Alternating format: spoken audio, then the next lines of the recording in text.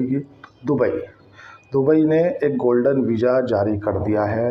आप 23 लाख रुपए लगाइए और आप अगर यूट्यूबर हैं, आप अगर नाई हैं, धोबी हैं, कोई बिजनेसमैन हैं, कोई पढ़े लिखे टीचर हैं, कुछ भी आप करते हैं, ट्रेडर हैं, कोई भी, आप 23 लाख रुपए दुबई में जाइए। दुबई के अंदर जैसे आप जानते हैं यूएई, यूनाइटेड अरब अमीरात, तो यूएई का मतलब सीधा हो गया भाई यूनाइटेड अरब अमीरात। तो ये 4-5 जो अमीरात हैं उनसे मिलकर यूएई बना है। उसमें दुबई भी है, अबू धाबी भी है ना। तो दुबई की तरफ से जो अलग से 23 लाख वाला वीज़ा प्रोवाइड किया गया है, उसमें यह कहा गया है कि आप लाइफ टाइम यहाँ रह सकते हो, आप अपनी फैमिली को ला सकते हो, आप किसी भी तरह, बस आप वोटिंग का अधिकार नहीं मांगेंगे। और उन्होंने जो मॉडल पेश किया है, ये पायलट प्रोजेक्ट है, मॉडल पेश किया है कि आप अपना पर्स कहीं पर छोड़ जाइए, शाम को आप वहीं से उठा लेना। मतलब सुरक्षा व्यवस्था का मॉडल पेश करते हुए अब इससे भारत की जो प्रतिभाशाली व्यक्ति हैं वे दुबई जा सकते हैं, ऐसी आशंकाएं जताई जा रही हैं, क्योंकि वहाँ तो एक तो कैपिटल गेन्स टैक्स नहीं है।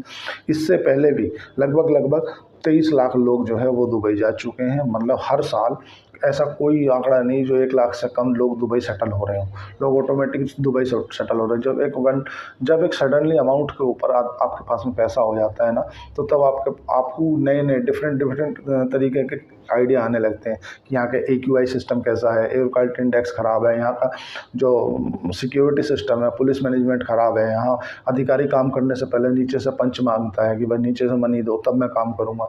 करप्ट लोग हैं। उसके बाद अगर आप 2 करोड़ 5 करोड़ रुपए साल के कमा रहे हो तो 30 लाख रुपए आपसे सरकार ले लेती है कि लाओ हमारा टैक्स दो। अलग से जो ATST है वो अलग है। और दुबई में ऐसा कुछ है नहीं। अगर दुबई में आप 1 करोड़ कमा रहे हो तो 1 करोड़ वो तुम्हारे ही है। अब ये पायलट प्रोजेक्ट बनाया है, हो सकता है इसमें दुबई आने वाले समय में कुछ फ़िल्टर डाल दे कि भाई नहीं इतने लोग आ सकते हैं, ऐसे आ सकते हैं, क्योंकि जब तक ये लगाया नहीं था उससे पहले ही लाखों लोग भारतीय जो है वो दुबई में सेटल हो रहे थे। और अब जैसे उन्होंने पायलट प्रोजेक्ट लाए हैं कि भाई आप 1 लाख दिरहम मान लो, और 1 दिरहम इज इक्वल टू 23 रुपये।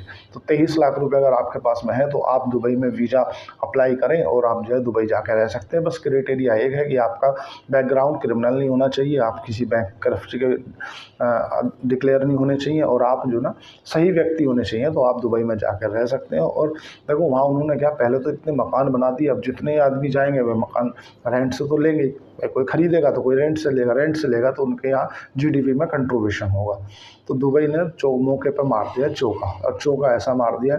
अब देखो भारतीय लोग तो पहले ही जा रहे थे, अब 23 लाख रुपए कोई बड़ा अमाउंट भी नहीं है।